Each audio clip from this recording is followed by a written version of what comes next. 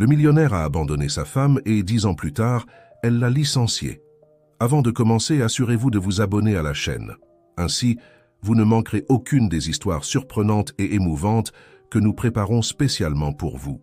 Dans le luxueux quartier financier de Paris, la tour du groupe industriel Dubois s'élevait imposante contre le ciel bleu, ses fenêtres en verre reflétant le soleil du matin comme des diamants. Au 50e étage, François Dubois contemplait la ville depuis son bureau, un verre de whisky à la main et le regard perdu dans l'horizon. À 45 ans, il avait obtenu tout ce dont il avait toujours rêvé: pouvoir, argent, reconnaissance. Cependant, le goût du succès avait un arrière-goût amer que même le meilleur whisky ne pouvait dissimuler. Son assistante, Marie, interrompit ses pensées en entrant avec un dossier de documents. « Monsieur Dubois, les rapports de la fusion avec le groupe Laurent sont arrivés.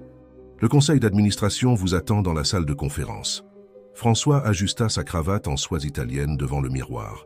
Son reflet lui renvoyait l'image d'un homme qui avait réussi, mais ses yeux trahissaient un vide que 10 ans de triomphe n'avaient pas réussi à combler.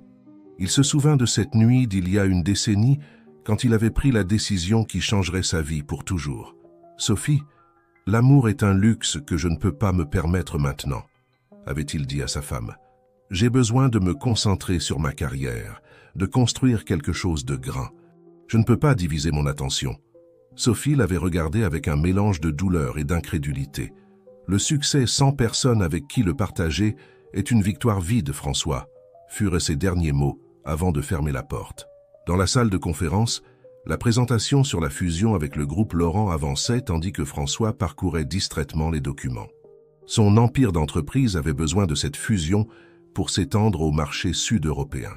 Tout semblait se dérouler comme prévu jusqu'à ce que Marie entre précipitamment avec une nouvelle qui lui glacerait le sang.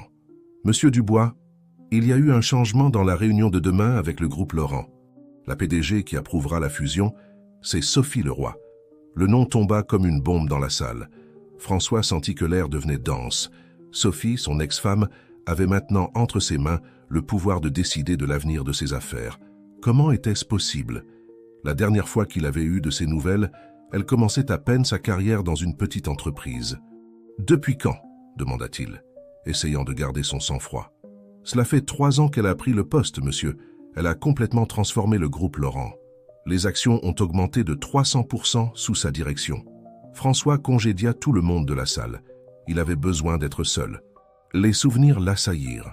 Les dîners annulés, les promesses brisées, les discussions sur ses priorités. Il avait été si sûr que l'amour était un obstacle au succès. Et maintenant, Sophie apparaissait non pas comme la femme qu'il avait laissée derrière lui, mais comme son égale dans le monde des affaires. Cette nuit-là, dans son penthouse solitaire, François passa en revue obsessionnellement chaque article, chaque nouvelle sur Sophie. Sa transformation était impressionnante.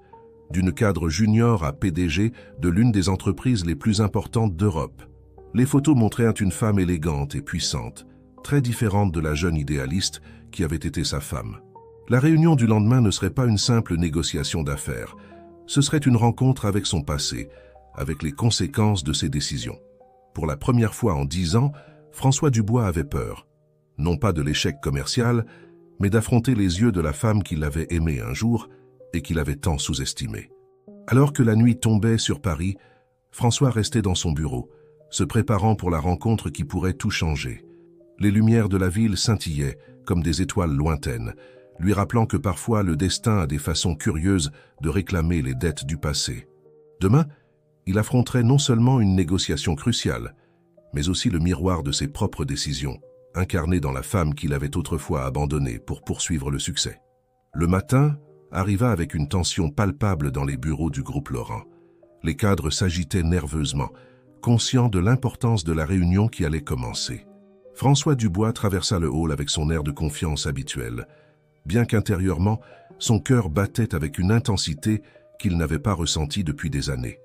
En entrant dans la salle de réunion, le temps sembla s'arrêter. Sophie Leroy se tenait debout près de la fenêtre, sa silhouette se découpant sur le paysage urbain.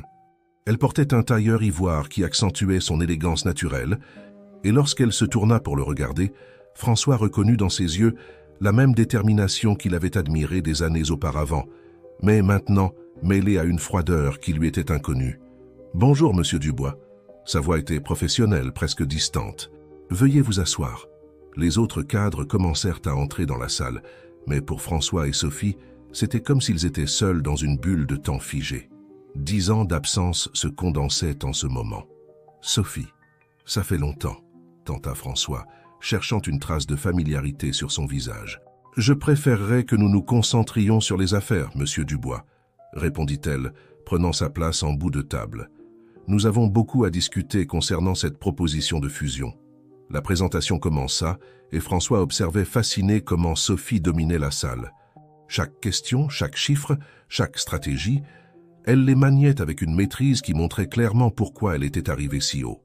C'était la même femme qui avait autrefois rêvé de créer quelque chose de significatif, mais maintenant, ses rêves s'étaient matérialisés d'une manière qu'il n'avait jamais imaginée. Pendant l'exposé des termes de la fusion, Sophie interrompit avec des questions incisives qui révélaient les faiblesses du projet.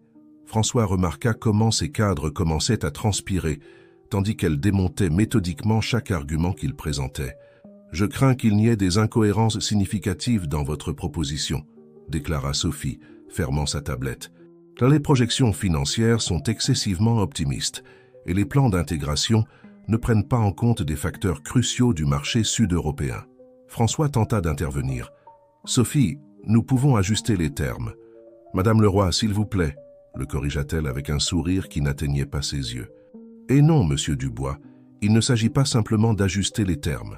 Le groupe Laurent ne procédera pas à cette fusion. » La salle resta silencieuse. Les cadres échangèrent des regards nerveux, tandis que François sentait le contrôle de la situation lui échapper. « Je demande un moment seul avec Madame Leroy », annonça François. Les autres cadres quittèrent rapidement la salle, les laissant seuls pour la première fois en une décennie. « Est-ce personnel, Sophie ?» demanda-t-il, une fois la porte fermée. Sophie se leva calmement, rassemblant ses documents. « Personnel ? Non, François. C'est purement professionnel. Tu m'as appris que les sentiments n'ont pas leur place dans les affaires. Tu te souviens ? Les gens changent, Sophie. J'ai changé. Oui, nous changeons tous, répondit-elle, se dirigeant vers la porte. Je ne suis plus la femme que tu as abandonnée pour tes ambitions. Et toi ? Eh bien, tu restes le même homme qui place le succès au-dessus de tout. La différence est que maintenant, je sais aussi jouer à ce jeu. Avant de sortir, Sophie s'arrêta et le regarda par-dessus son épaule. Au fait, il y a un dîner de gala la semaine prochaine, le Conseil des entreprises de France. Je suppose que nous nous y verrons. François resta seul dans la salle de réunion, contemplant comment son ex-femme était devenue tout ce dont il avait rêvé d'être. L'ironie ne lui échappait pas. Il avait abandonné l'amour pour le succès, et maintenant elle avait les deux. Cet après-midi-là, en retournant à son bureau, François ne pouvait s'empêcher de penser à la transformation de Sophie. Comment avait-elle réussi à monter si vite? Qui l'avait aidée dans son ascension vers le sommet?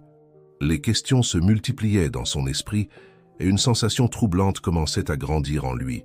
Le soupçon qu'il y avait plus dans cette histoire que ce qu'il pouvait voir à première vue.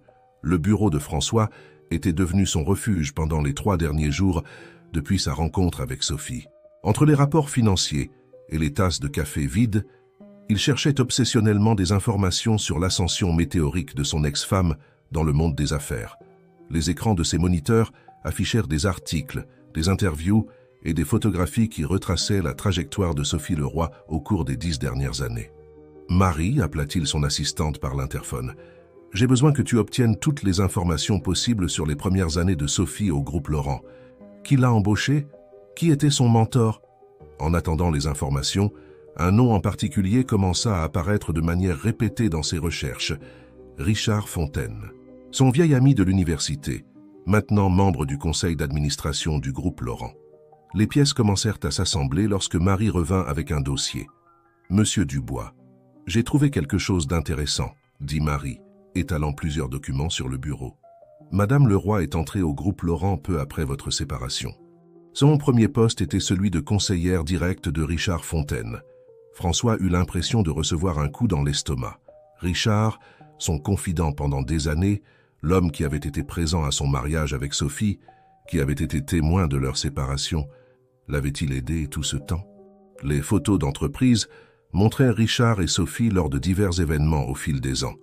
Inauguration, réunion du conseil d'administration, gala de bienfaisance. Dans chaque image, la complicité entre eux était évidente. Alors que Sophie grimpait dans la hiérarchie de l'entreprise, Richard apparaissait constamment à ses côtés, la guidant, la soutenant. Déterminé à confronter cette révélation, François composa le numéro privé de Richard. Après 3 sonneries, la voix familière de son ancien ami répondit. « François, quelle surprise! Je suppose que cela a à voir avec la réunion de l'autre jour. Pourquoi ne me l'as-tu pas dit, Richard? Toutes ces années? Te dire quoi? Que j'ai aidé Sophie quand tu l'as abandonnée pour ton ambition? Que j'ai vu du potentiel en elle quand tu n'y voyais qu'un obstacle à ton succès? » La conversation devint tendue. Richard poursuivit. « Sophie est arrivée dévastée dans mon bureau il y a 10 ans. Mais contrairement à toi, j'ai vu au-delà de sa vulnérabilité. J'ai vu son intelligence, sa détermination. Il n'a pas été difficile de convaincre le conseil de lui donner sa chance. Et tu n'as jamais pensé à me le mentionner lors de nos réunions, de nos dîners? Comme tu as mentionné tes plans de la quitter? Comme tu as consulté tes amis avant de lui briser le cœur? » La voix de Richard était chargée de reproches. « Sophie m'a demandé la discrétion et je la lui ai accordée. Elle a gagné chaque promotion, chaque reconnaissance. Mon seul rôle a été d'ouvrir la première porte. » François s'effondra dans son fauteuil, assimilant l'information. Les réunions d'affaires avec Richard au cours de toutes ces années prenaient maintenant un nouveau sens. Chaque fois que son ami avait évité de parler du groupe Laurent, chaque fois qu'il avait changé de sujet quand Sophie était mentionnée, « Il y a autre chose que tu devrais savoir », ajouta Richard après un long silence. « Sophie fait face à une crise au sein du conseil d'administration. Certains remettent en question ses dernières décisions, y compris le rejet de ta proposition de fusion. Pourquoi me dis-tu cela? Parce que, malgré tout, tu restes mon ami.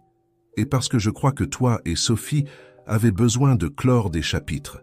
Le dîner de gala du Conseil des entreprises sera une occasion parfaite pour cela. » Après avoir raccroché, François resta immobile dans son bureau tandis que le soleil se couchait sur Paris.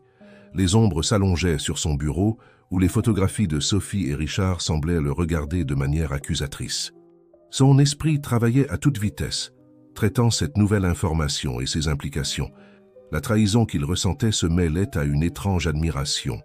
Sophie n'avait pas seulement survécu à son abandon, elle avait prospéré, transformant sa douleur en motivation. Et Richard, qu'il considérait comme un traître il y a à peine quelques heures, n'avait-il pas simplement fait ce que lui-même aurait dû faire? Soutenir et croire en Sophie? Alors que la nuit tombait sur la ville, François prit une décision.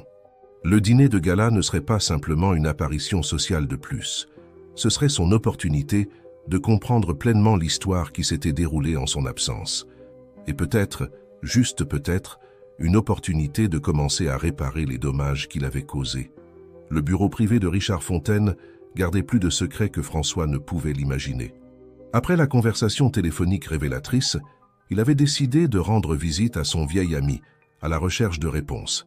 L'immeuble historique qui abritait le bureau personnel de Richard dans le 7e arrondissement conservait cet air seigneurial du vieux Paris. « Je savais que tu viendrais, » dit Richard, désignant un fauteuil en cuir tout en servant 2 tasses de café. « Il y a quelque chose que j'ai gardé pendant des années, attendant le bon moment. » Richard se dirigea vers un vieux coffre-fort caché derrière un tableau.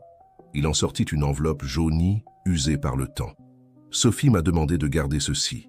Ce sont les lettres qu'elle a écrites pendant les premiers mois après ton départ. Elle ne les a jamais envoyées. » François prit l'enveloppe d'une main tremblante.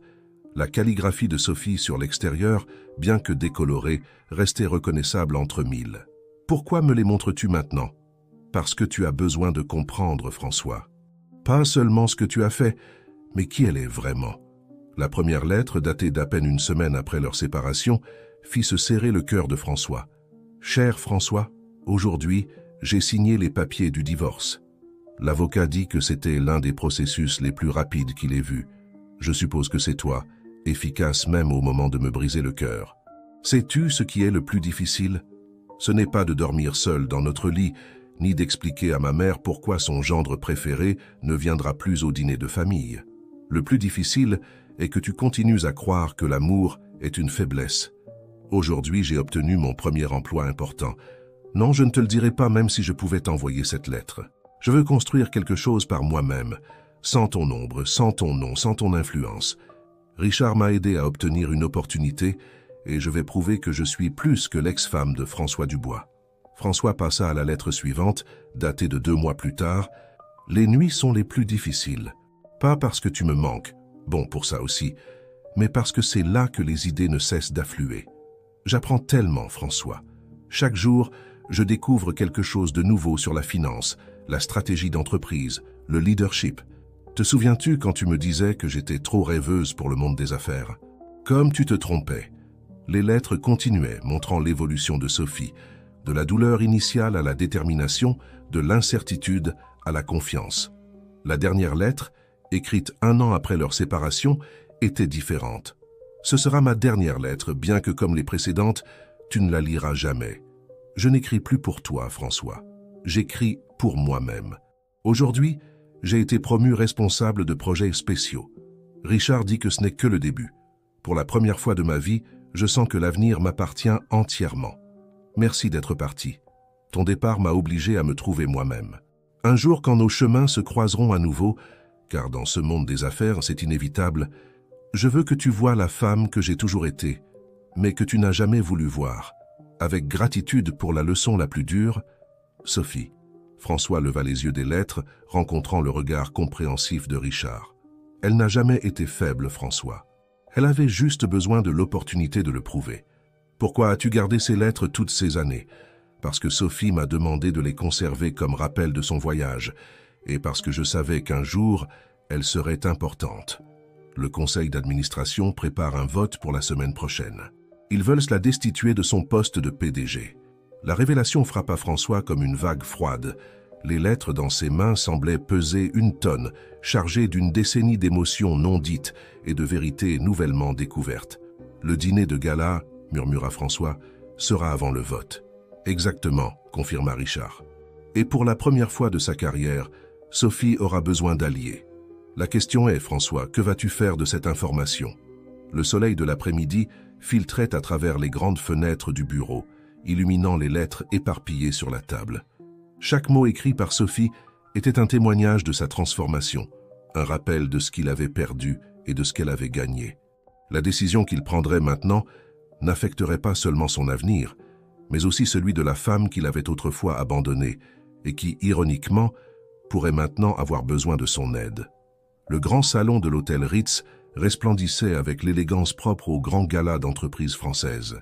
Cristaux de bohème, arrangements floraux exquis et musique de cordes créaient l'ambiance parfaite pour la soirée la plus importante de l'année dans le monde des affaires. François ajusta sa cravate en soie noire, tout en observant l'arrivée des invités depuis un coin stratégique de la salle.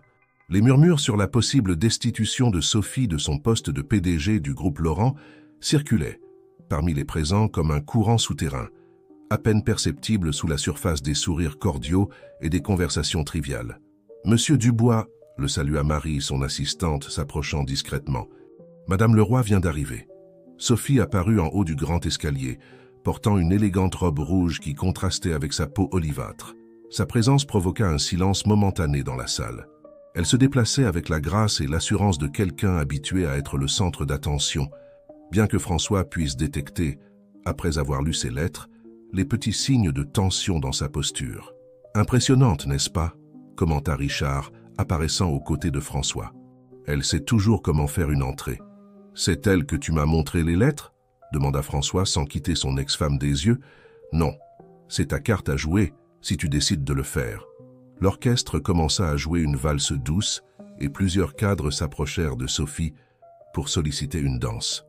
Elle les refusa avec élégance, maintenant des conversations brèves et professionnelles. Ses yeux croisaient occasionnellement ceux de François à travers la salle, comme si tous deux jouaient un jeu d'échecs élaboré. « Les membres du conseil sont ici, » chuchota Richard. « Observe le groupe près du bar. Il décide de son avenir tout en buvant du champagne. » François étudia les hommes que Richard désignait. Des visages familiers du monde des affaires, tous avec le pouvoir de déterminer le destin de Sophie d'un simple vote, la politique d'entreprise à son paroxysme. Prenant une décision, François traversa la salle avec détermination. Les conversations s'éteignaient sur son passage, consciente de l'histoire entre lui et Sophie. Il s'arrêta devant elle, qui conversait avec un groupe d'investisseurs. « M'accorderais-tu cette danse ?» demanda-t-il, tendant sa main. Le silence qui suivit sembla éternelle.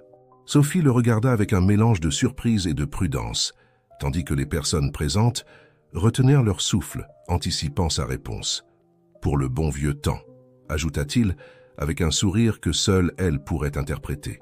Sophie plaça sa main dans la sienne, et l'orchestre, comme s'il avait attendu ce moment, commença à jouer un tango.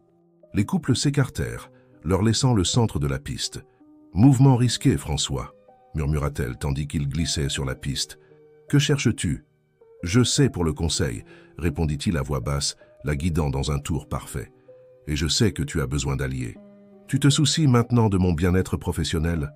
Sa voix avait une pointe d'ironie. « Je me soucie de corriger les erreurs du passé », répondit-il, la tenant plus près. « Je sais aussi pour les lettres. » Sophie se tendit dans ses bras, mais maintint le rythme de la danse. « Richard » soupira-t-elle. « J'aurais dû imaginer qu'il te les montrerait. » Elles étaient très révélatrices, continua François. Surtout la dernière. La musique atteignit son apogée, et François l'inclina dans un mouvement dramatique. Les personnes présentes applaudirent, ignorant l'intensité de la conversation qui se déroulait sur la piste. « Le Conseil votera la semaine prochaine », dit Sophie, reprenant sa posture. « Pourquoi devrais-je te faire confiance maintenant ?»« Parce que cette fois, je ne cherche pas le pouvoir, » répondit-il. « Je cherche la rédemption. » La musique se termina, et ils se séparèrent sous les applaudissements des invités. Sophie le regarda fixement, comme si elle évaluait la sincérité de ses paroles. « Demain, dans mon bureau, à 9 heures, » dit-elle finalement. « Apporte une proposition réelle, pas seulement de belles paroles. » Alors que Sophie s'éloignait pour s'occuper d'autres invités, François remarqua comment les membres du conseil les observaient avec un intérêt renouvelé. La danse avait été plus qu'une simple démonstration sociale. Elle avait été une déclaration d'intention. Richard s'approcha avec 2 coupes de champagne. « Bien joué », commenta-t-il, lui tendant une coupe. « Mais souviens-toi, François, que cette fois, ce n'est pas seulement ta réputation ou ton entreprise qui sont en jeu. Cette fois, c'est sa vie qui est sur la ligne. » La soirée continua son cours, mais quelque chose avait changé. Entre les chuchotements et les regards, une nouvelle histoire commençait à se tisser. La question qui flottait dans l'air était de savoir si cette fois, François Dubois choisirait le bon chemin. Le lendemain matin se leva avec une bruine typique de Paris, créant un voile gris sur les gratte-ciel. François arriva au bureau du groupe Laurent 20 minutes avant l'heure convenue, sa mallette contenant non seulement des documents financiers, mais aussi une proposition qu'il avait élaborée toute la nuit. Le bureau de Sophie occupait tout un coin de l'étage exécutif, avec des baies vitrées offrant une vue panoramique sur la ville.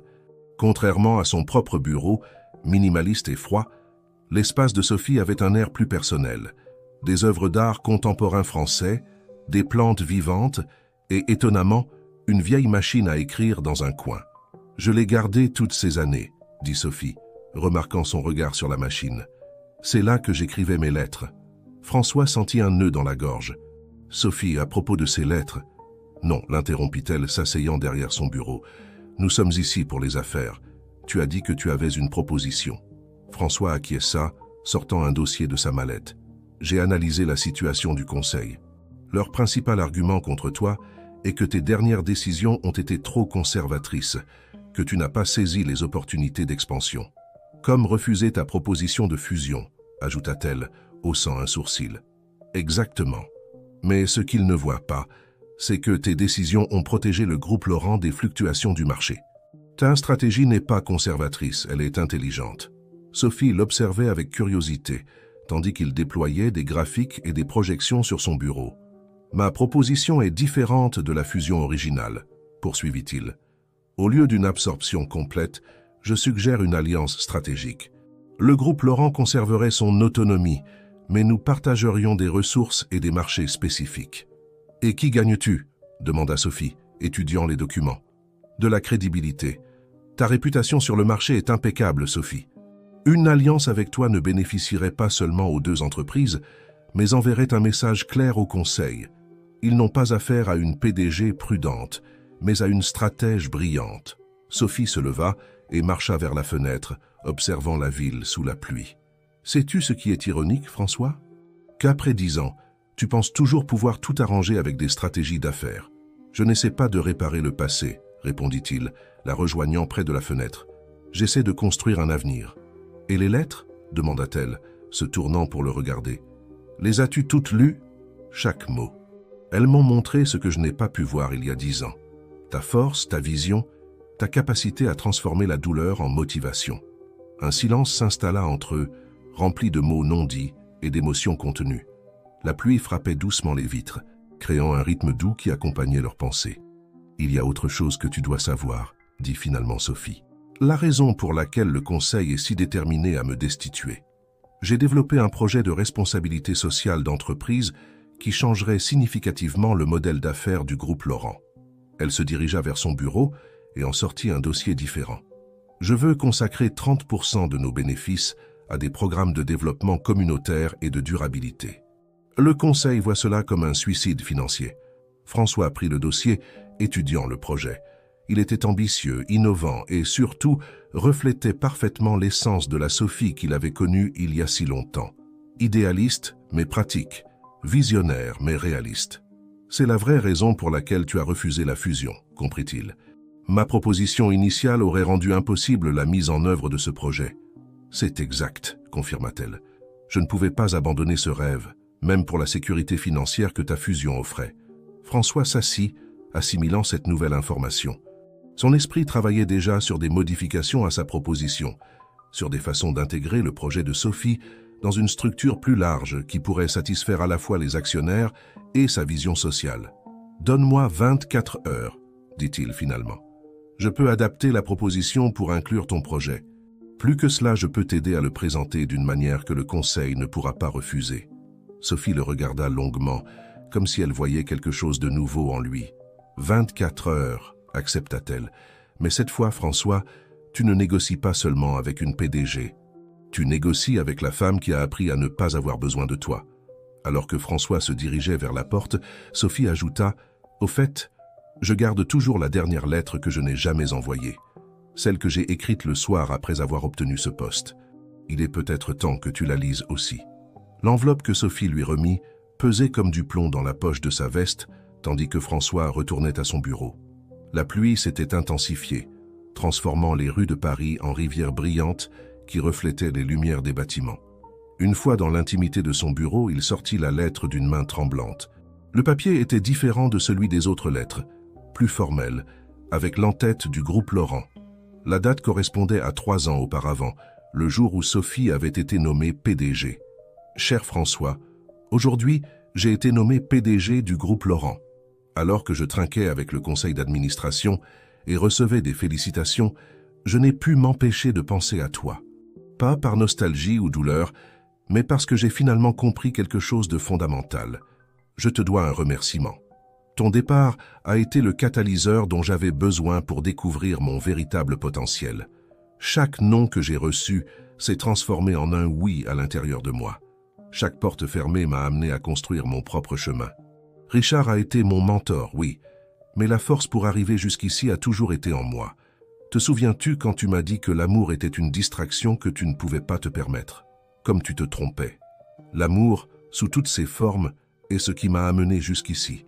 L'amour pour mon travail, pour mes idéaux, pour la possibilité de créer quelque chose de significatif. Même l'amour propre que j'ai découvert après ton départ. Maintenant, assise dans ce bureau avec vue sur la ville, je pense à la jeune femme que j'étais quand nous nous sommes rencontrés. Elle avait des rêves que tu considérais comme trop idéalistes. Maintenant, j'ai le pouvoir de réaliser ces rêves, de prouver que le succès en affaires et l'impact social ne sont pas mutuellement exclusifs. Je garde cette lettre comme témoignage d'un cycle qui se ferme. Un jour, nos chemins se croiseront à nouveau dans ce monde des affaires que tu aimes tant. Quand ce moment arrivera, j'espère que tu verras non pas la femme que tu as laissée derrière toi, mais la femme que j'ai toujours été destinée à être. Avec gratitude pour la leçon la plus précieuse, Sophie PS. Le projet de responsabilité sociale qui effraie tant le Conseil, c'était mon rêve depuis avant de te connaître. La différence est que maintenant, j'ai le pouvoir de le réaliser. François laissa tomber la lettre sur son bureau, submergé par les émotions que les mots de Sophie avaient éveillées. Son esprit voyagea vers des conversations passées, des moments où elle avait partagé ses idées, sur la façon dont les entreprises pouvaient être des forces de changement positifs dans la société. À l'époque, il avait rejeté ces idées comme peu pratiques. « Marie, appela-t-il son assistante par l'interphone, annule tous mes rendez-vous d'aujourd'hui. et j'ai besoin que tu obtiennes toutes les informations disponibles sur les programmes de responsabilité sociale d'entreprise réussis en Europe. Les heures suivantes, il les passa plongés dans les chiffres, les projections et les études de cas. La proposition qu'il avait présentée ce matin-là commença à se transformer en quelque chose de différent, quelque chose qui allait au-delà d'une simple alliance stratégique. Pendant qu'il travaillait, les mots de la lettre résonnaient dans son esprit. Sophie n'avait pas seulement survécu à son abandon, elle avait fleuri. Et maintenant, paradoxalement, il avait l'opportunité de l'aider à protéger et à développer la vision qu'il avait autrefois méprisée. Le soleil se couchait lorsqu'il termina enfin de rédiger la nouvelle proposition. Ce n'était pas seulement un plan d'affaires, c'était une déclaration de principe, une façon de démontrer qu'il avait appris la leçon que Sophie mentionnait dans sa lettre. Son téléphone vibra avec un message de Richard. Le conseil a avancé le vote. Ce sera demain à la 1e heure. François regarda par la fenêtre vers l'immeuble du groupe Laurent, visible au loin. Le temps pressait, et le prochain coup définirait non seulement l'avenir de Sophie en tant que PDG, mais aussi la possibilité de rédemption qu'il désirait tant. La dernière lettre de Sophie avait tout changé. Il ne s'agissait plus seulement de sauver une entreprise ou une position. Il s'agissait de protéger un rêve qui, il le comprenait maintenant, était plus précieux que n'importe quelle fusion d'entreprises. La salle du conseil du groupe Laurent bourdonnait d'une tension à peine contenue lorsque François entra, quelques minutes avant le début de la réunion du conseil. Les membres, vêtus de leurs meilleurs costumes, échangèrent des regards chargés d'attente et de suspicion. Sophie, assise en bout de table, maintenait un calme extérieur qui contrastait avec la tempête que François savait se dérouler à l'intérieur d'elle. « Monsieur Dubois », salua l'un des conseillers avec surprise, « nous ne nous attendions pas à votre présence à cette réunion. »« Je suis ici à la demande de Madame Leroy », répondit François, prenant place à côté de Sophie. « Nous avons une proposition que nous pensons que le conseil trouvera intéressante. » Le président du conseil, un homme aux cheveux gris nommé Charles Mercier, frappa doucement la table avec son maillet. « Très bien, commençons. Le point principal à l'ordre du jour aujourd'hui est le vote sur la continuité de Sophie Leroy en tant que PDG du groupe Laurent. » Sophie se leva, sa posture ferme et déterminée. « Avant de procéder au vote, j'aimerais présenter une proposition qui pourrait changer significativement l'avenir de notre entreprise. »« Madame Leroy, » interrompit un autre conseiller, « nous pensions avoir déjà discuté en profondeur de votre projet social. » « Ce que vous allez entendre aujourd'hui est bien plus que cela, » intervint François, se levant pour rejoindre Sophie. « C'est une vision complètement nouvelle pour le groupe Laurent, une qui combine croissance économique et impact social positif. » Pendant l'heure suivante, François et Sophie présentèrent leur plan conjoint. C'était une fusion audacieuse de la proposition originale de François avec le projet de responsabilité sociale de Sophie, étayé par des études de cas et des projections financières détaillées. « Ce que nous proposons, expliqua Sophie, est une alliance stratégique entre le groupe Laurent et le groupe industriel Dubois qui nous permettra non seulement d'élargir nos marchés, mais aussi de mettre en œuvre un programme de développement communautaire à grande échelle. » François poursuivit. « Nos analyses montrent qu'en intégrant le projet social de Madame Leroy à notre stratégie d'expansion, nous pouvons générer une augmentation de 40% de notre valeur de marque et une projection de croissance durable de 25% par an sur les 5 prochaines années. » Les membres du conseil écoutaient avec une attention croissante.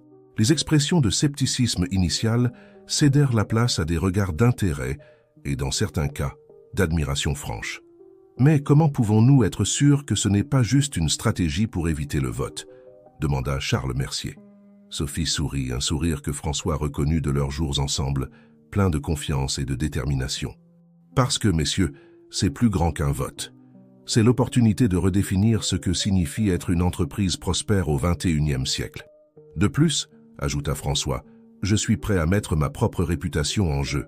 Si ce projet n'atteint pas les objectifs fixés dans les 18 prochains mois, je m'engage à céder ma position au conseil de ma propre entreprise. » Un murmure d'étonnement parcourut la salle.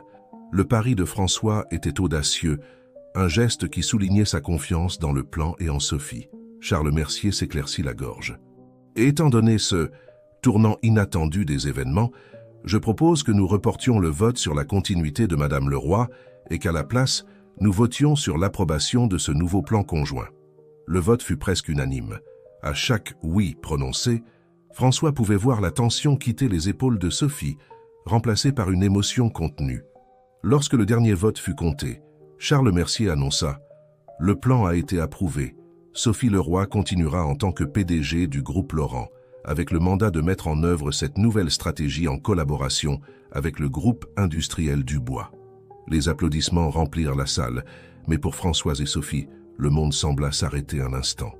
Leurs regards se croisèrent, chargés d'émotions non exprimées, soulagement, triomphe, et quelque chose de plus profond qu'aucun des deux n'était prêt à nommer. Alors que les membres du conseil s'approchaient pour les féliciter, François se pencha vers Sophie et murmura « Je crois que nous avons beaucoup à nous dire. » Sophie acquiesça, un petit sourire jouant sur ses lèvres. « Oui, mais cette fois, nous le ferons d'égal à égal. » Le soleil du matin inondait la salle du conseil, symbolisant l'aube d'une nouvelle ère pour eux deux, pour leurs entreprises et peut-être pour la façon de faire des affaires en France. Les mois qui suivirent la réunion historique du conseil devinrent un tourbillon d'activités pour François et Sophie. La mise en œuvre de leur ambitieux plan conjoint les maintenait en contact constant, travaillant coude à coude pour fusionner leurs visions entrepreneuriales et sociales.